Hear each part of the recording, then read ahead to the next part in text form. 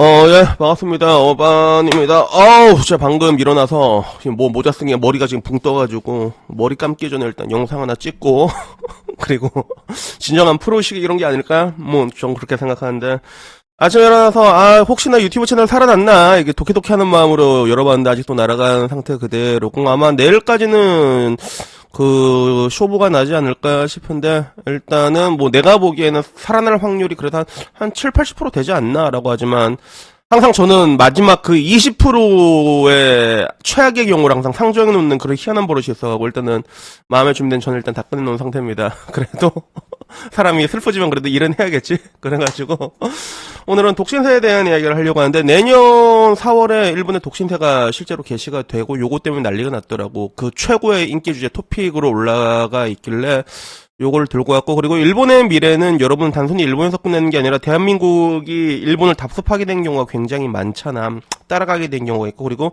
요새는 일본이 우리나라를 좀 따라오지. 좀 약간 그런 뭔가, 흑사병이 우리나라가 퍼뜨려가지고, 우리나라가 숙주라니까, 진짜. 그래갖고, 글로벌 이제 흑사병이 퍼지고 있는 중이긴 하지만, 근데 항상 그런 뭔가 국가인 미래 같은 거, 존망이라고 해야 되나? 이런 거는 서로 이게 왔다 갔다 하는 게 있어가지고, 이런 거 보면 좀 재밌겠다 싶은 생각이 들더라고. 그래서 이야기를 하게 됐고, 그리고 2025년 6월 기준으로 1위, 내년 4월 개시 독신세, 아이유가 지원금 제도 1인당 징수료는 얼마인가, 요런 식으로 기사가 떴습니다.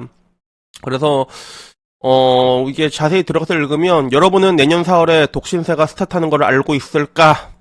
몸이 육아 가구를 지원하는 연대의 구조라고 설명하고 있지만 그 혜택은 육아 세대에 집중한다. 무슨 말이야, 씨부래. 관계가 없는 사람들에게 있어서도 실질 증세가 되는 점이다. 연수 등에 따라 부담액은 변동되기 때문에 그보다 더 많은 사람이 있을 것이다. 근데 이게 찬성이 151명, 반대가 2,400명이 나왔습니다. 뭐 사실 뭐 돈 내라는데 좋아하는 사람이 어디 있겠어. 다 싫어하겠지, 그지? 그런 관점에서 독신세에 대한 이 반대는 뭐 열렬하다고 볼 수 있고요. 첫 번째 댓글이 이렇게 왔어. 일본 이 하란 단어는 굉장히 다양한 경우에 쓰입니다. 일본 애니메이션 같은 거 보면 알겠지만 항상 이게 뭔가 좀 빡치는 경우 있으면 약간 이렇게 콧소리를 섞어줘야 돼. 약간 이런 뉘앙스가 아니었을까. 이게 압도적 좋아요 3,300개를 받았고 그 다음은 이것은 거칠다. 뭐 어떤 의미인지 모르겠는데 이렇게 이게 번역하는 건 이렇게 나왔어. 그리고 아이가 준내 싫다라는 이야기인데 이거는 좋아요 싫어요가 조금 갈렸어, 그지? 그리고 이런 이야기가 특히 많았어. 그 결혼을 하고 싶어도 할 수 없는 사람에 대한 배려가 필요한 거 아니냐, 이런 류의 이야기가 되게 많았어. 그래서 독신세는 결혼하고 싶어도 상대가 없는 나도 지불해야 되는 거 아니냐, 어떻게 생각해도 요건 좀 이상한 거 아니냐라는 이야기부터 외국인의 아이에게 사용된다고 생각하면 화가 난다. 우선 외국인 전원을 쫓아내라. 여기 일본 여성들은 흔히 우리나라 뭐 이게 극우화됐다 하잖아. 야, 극우화는 얘네들이야. 내가 봤을 때 얘네들 사형제도 겁나 열렬히 찬성하고 일본 여자들.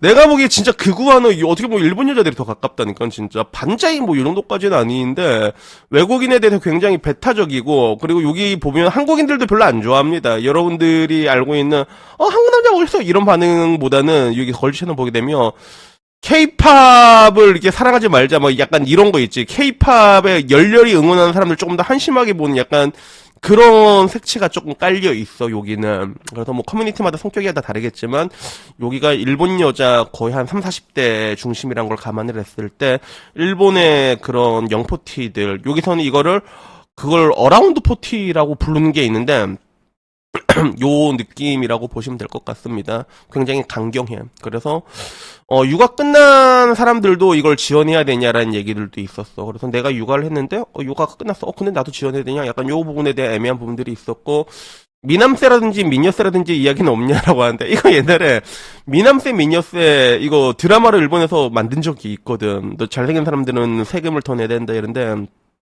저는 찬성합니다. 그런 애들이 있잖아. 차은우라던가 이제 원빈, 막 그런 덱스 이런 애들 있지. 이런 애들은 세금 한 70% 내야 돼. 이런 애들은 세금 한 70% 내야 된다, 그제? 그리고 뭐 모르겠다. 일단 그리고 국민 부담률이 너무 높기 때문에 결혼할 수 없는 사람이 늘어나는데 그 희생자에게 세금 부과한 게 말이 되냐라고 하는데, 요게 우리나라 논지랑 굉장히 비슷해. 우리나라 여초에서도 야, 우리나라 어떻게 보면 그 여초가 굉장히 강력한 방패가 되고 있다고 내가 얘기하자. 그러니까 우리나라는 독신세가 좀 힘들 거야. 여자들의 표가 우리 한국에선 굉장히 중요한데, 근데 여자들이 이걸 용납을 안 할 거거든. 그래서, 야, 요즘은 뭐 돈 많은 애들 결혼하는데 왜 돈 없는 애들한테 돈을 떼어간단 말이야? 논리적으로, 구조적으로 봤을 때는 이건 진짜 한국에 완벽하게 적용되는 논리거든. 맞잖아. 지금 대한민국에 결혼한 사람들은 소득이 높은 사람들끼리 결혼을 한단 말이야. 결혼이라는 것들이 이제 그들만의 리그가 되어간 중에 왜 우리가 그들에게 퍼줘야 되냐? 논리적으로는 완벽하다. 캄페키. 그래서 일본말로 완벽하다는 캄페키다. 알았지? 그래가지고 그 다음에도 뭐 자민당이 소비세로 소비를 규제하고 억지로 불경기로 탓에 2천만 명의 빙하기가 빈곤으로 결혼할 수 없었던 것이 저출산의 정치 아니냐. 이것도 그래. 그래서 이거를 빙하기라 해서 취업이 굉장히 힘들었던 시기라고 하거든. 그래서 버블이 깨지는 그 과정에 있던 사람들을 빙하기라고 얘기했는데, 이 세대 사람들이 좀 많이 갈려나가고 희생을 많이 당해서, 그래서 이 사람들이 중심적으로 이제 프리트라던가 이런 지금의 상당수의 사회적 문제가 이 빙하기하고 엇갈려 있거든. 일본 같은 경우는. 그래서 요 부분에 대해 가지고도 이 지적하는 이야기들이 있었어. 그래서 결론적으로 지금 현재 이제 일본의 독신세에 대해서 이게 얼만큼 나가냐, 이거를 정리를 하자면, 정확히 말하자면 일본에선 이걸 독신세라 부르지 않습니다. 자녀 육아 지원금 제도라는 이름으로 2026년 4월부터 건강보험료에 월 350에서 500엔 정도를 추가 징수하는 방식이거든. 근데 문제는 이제 사람들은 전부 다 독신세라고 부르는 거지. 이미 많이 화가 난 거야. 그래서 일단은 원래는 자녀 육아 지원금 제도다, 알았지? 그래서 350엔, 500엔이라고 하면 뭐 한 달에 뭐 4,000원, 5,000원이잖아. 그렇게 큰 돈 같지는 않은데, 일단은 이 목적은 저출산 대응의 핵심이라는 거지. 국가가 아이를 키우는 세대를 지원해 준다. 이런 식으로 해가지고 우리로 따지면 건보료의 연계 방식으로 새로운 세금이 아니라 건보료 자체에 이제 또 아까 말한 것처럼 350엔, 500엔이 추가로 나오는 거고, 이거는 가입자 소득에 따라서 달라지는 거야. 그래서 일본 같은 경우도 이제 보통 다 이제 누진 세율이거든. 그래서 우리나라랑 최고 세율은 좀 비슷해. 우리나라랑 최고 세율은 비슷한 걸로 알고 있고, 다만 이제 우리나라보다 일반적으로 세금을 더 많이 떼요. 우리나라는 이게 하위 한 35%, 40%는 세금을 거의 안 낸다 봐도 되잖아. 근데 일본은 떼이는 게 확실히 많지. 그래가지고 여기에 추가적으로 이제 뭐 월 이제 4,000원, 5,000원이면 1년이면 한 6만 원 정도를 더 거두는 거란 말이야. 그래서 수혜 대상은 당연히 아이 있는 가정은 또 요걸로 수혜를 받게 돼 있고, 이 제도가 독신세로 낙인 찍힌 이유는 아이가 없는 가정에는 지원 혜택이 없기 때문에, 그럼에도 모두가 돈을 내야 되기 때문에 독신이 손해보는 구조라는 인식이 확산이 된 거지. 그래서 돈을 징수해 나가는 건 모두에게 징수해 가는가 봐. 모두한테 징수해 가고 그 혜택을 이제 애들한테 주는 방식인데, 요런 게 오히려 더 깔끔해. 왜냐면 걷어갈 때 그냥 다 걷어가는 게 그 행정 부분에서 되게 깔끔한 느낌이 있거든. 누구는 또 이제 걷고 누구는 안 걷고 그러면 행정적으로 굉장히 많은 비용이 발생한단 말이에요. 그래서 모두가 낸 거 걷고 이렇게 하는 게 오히려 더 깔끔한 느낌이 있습니다. 그래서 뭐 이건 TMI이긴 하지만 옛날에 코로나 지원금 했을 때 뭐 지원금 돈 많은 사람 주지 말자 막 이렇게 얘기했잖아. 그러니까 그럴 필요가 없는 거예요. 그냥 다 똑같이 주면 돼. 다 똑같이 주고, 이번에 25만원 다 똑같이 주고, 어차피 다 25만원 받아봤자 세금 많이 내는 사람은 그 25만원 받아가지고 어차피 또 노래방 가서 바로 쓰거든, 걔네들은. 어차피 그걸 이제 구분한다고 얘는 주고 얘는 안 주고 그렇게까지 할 필요는 없다는 거지. 내 생각은 그래. 그래가지고 비판과 반응에 대해서는 SNS나 유튜브에서 방금 좀 본 것처럼 독신세라고 불리고 공분이 일어나고 있고, 실제로 전혀 독신자만 겨냥한 세금이 아님에도 아이가 없는 사람에게만 부담이 돌아간다라는 느낌이 굉장히 크다는 거지. 그래서 전문가들은 아이 키우는데 드는 막대한 비용과 비교하면 이 금액은 아주 근소한 수준이고, 이미 다른 나라 같은 데서는 저출산 악화로 실패했다는 사례를 이미 지적을 하면서 우리가 이거로라도 해야 된다는 건 정당성을 부여하고 있는 거거든. 그래서 뭐 정리를 하자면 2026년 4월에 지원되는 이 제도는 자녀 육아 지원금이고, 독신세는 별명이고, 건보료에 뭐 이제 연 6,000엔, 우리 돈으로 한 5, 6만 원 추가되는 정도고, 지원 대상은 아이 있는 아이에게도 가고, 근데 이게 독신세로 이제 불리고 있다, 요런 느낌이야. 그래서 뭐 결국에는 뭐 요거는 독신세를 말한 엄연히 오해라고 얘기는 하지만, 근데 얘네들이 이렇게 빡칠 수밖에 없는 거는 한국과 일본의 세금 체계를 보게 되면 일본이 좀 많이 낸다고 하잖아. 그래서 요거 보면 일단 우리나라에선 참 이 300조 난 이게 300조 너무 잔인한 말이다. 그지? 어떻게 급여 노동자 성실히 일하는 사람한테 충을 갖다 붙일 수 있지? 이거 누가 만들었냐, 이거 여성시대인가? 근데 우리나라 세전 월급 300으로 보게 되면 일단 국민연금 들어가고 건보료 들어가고 장기요양보험에 고용보험 이렇게 해서 대충 이제 소득세 지방세 다 합하면 실수령액이 270 정도가 나와. 공제합계가 30만 원이니까 한 10% 정도가 날아간다고 볼 수 있잖아. 근데 똑같은 기준에서 이걸 일본으로 들어가잖아. 일본은 어메이징합니다. 일본은 세전 30만 엔으로 가정을 했을 때 계산하기 편하게 엄연히 300은 안 되지만 근데 일본 같은 경우는 이게 실수령이 어떻게 되냐면 240이 돼. 우리나라랑 30만 원이 차이가 나는 거죠. 그래서 공제율로 봤을 때 세금 10%하고 20%라고 볼 수 있잖아. 어마어마한 차이라고 볼 수가 있는 거지. 소득세, 주민세 일본은 좀 많이 나와. 주민세가 좀 많이 나와. 일본 같은 경우는. 보면 이제 주민세가 이제 13,000엔이 나오잖아. 13만 원이니까 주민세가 많이 나오고 이렇게 해서 한 20% 정도 떼한다 볼 수 있는데 근데 여기에서 또 이제 5만 원 떼간다면 좀 빡이 칠 수는 있는 그런 요지가 있는 거지. 그래서 일단은 뭐 간략하게 보면 이거는 여러분들이 일본 사는 워홀한 사람들 많거든. 거의 보면 한 20% 정도 떼어 나간다 보면 돼.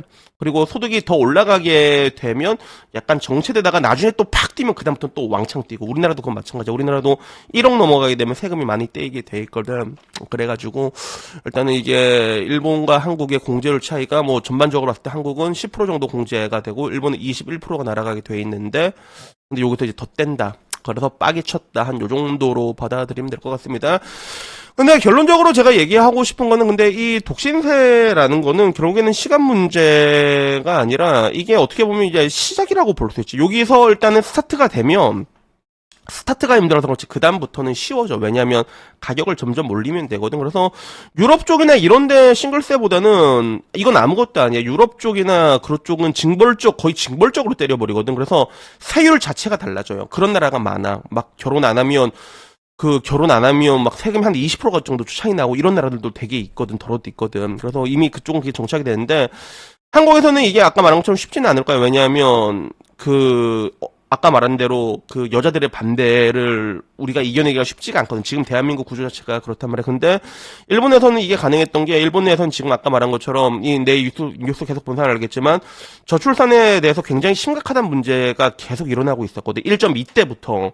우리나라한테는 꿈의 수치잖아. 근데 그러다 보고 이제 1.2가 일본도 깨졌단 말이야. 그래서 막 어떻게든 만들어야 된다라고 하니까 이런 제도가 도입되는 게 찬성이 된 거지. 그리고 시간 지나면 또 여기서 금액을 더 올릴 수가 있어. 한번 들여오는 게 힘들어서 그렇지. 그 다음에 올려버리면 되는 거거든. 그래서 이거를 이제 어떤 식으로 이제 숨통을 쥐어가지고, 뭐 결국에는 이거를 방법은 여러 가지 해서 계속 올려버리면, 나중에 이제 세금이 아까갖고 같이 사는, 실제로 외국에선 그래. 그런 경우가 되게 많단 말이야. 그래서 동거든 뭐든 걔들이 하는 이유가 할 수밖에 없는 이유가 그냥 세금적인 부분들의 메리트가 있기 때문에 그냥 같이 뭐 결혼이 아니더라도 이 서구권 이제 그 중간 제도가 있잖아. 그쪽으로 이제 어떻게 보면 세금 같은 것도 피신해서 자연스럽게 가게 되는 것처럼 일본도 이제 그걸 겨냥한 건지는 모르겠지만 근데 일단 독신세가 들어왔다는 거고 대한민국에서는 이게 될지 안 될지라고 보는데 나는 이게 좀 많이 힘들다고 보거든. 근데 아마 앞으로 이런 문제들이 굉장히 심해진다고 가정을 했을 때는 충분히 가능한 시나리오인데 문제는 내가 항상 말하지만 대한민국은 이미 늦었다는 거야. 안타깝지만 대한민국은 이미 늦었다는 겁니다. 그래서 국가가 국가의 역할을 하지 못했어. 이렇게 병신 같은 유사국 이런 얘기 하면 안 되나 이제? 알았어. 나 여기까지 할게. 이 채널도 날아갔네. 무섭다. 진짜 반찬 가게 하러 가야 된다, 진짜. 그래가지고. 여튼간에 뭐 이런 이야기들이 있어가지고. 근데 저는 아까도 궁극적으로 얘기하고 싶은 게 문제가 있으면 문제를 해결을 해야 되거든. 근데 그런 부분에서 독신세라는 것들은 어떻게 보면 좀 약간 그 구조가 좀 잔인한 부분들이 있긴 있어. 그치? 근데 좀 필요한 부분이 아닌가 하는 그 두 가지 생각이 난 둘 다 있는 것 같아. 그래서 여튼간에 뭐 오늘 이야기 여기까지고요. 다음에 조금 더 재밌는 이야기로 찾아뵙도록 하겠습니다. 이상입니다. 감사합니다. 땡큐!